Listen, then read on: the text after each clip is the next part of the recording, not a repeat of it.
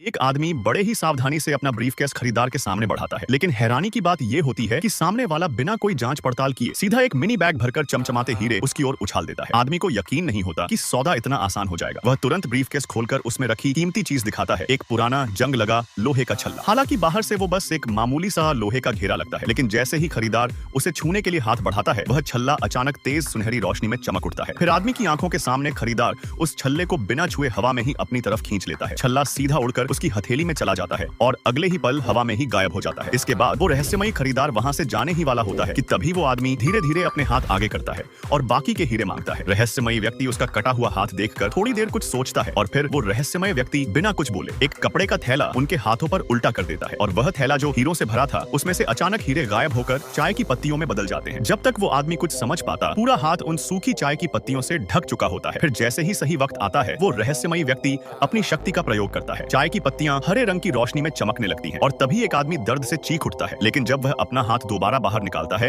वो देखकर दंग रह जाता है। जो हिस्सा पहले से कटा हुआ और उस जगह पर नहीं था, वो अब पूरी तरह ठीक हो चुका था। ऐसी ही वीडियोस के लिए हमारे चैनल को सब्सक्राइब करना ना भूलें।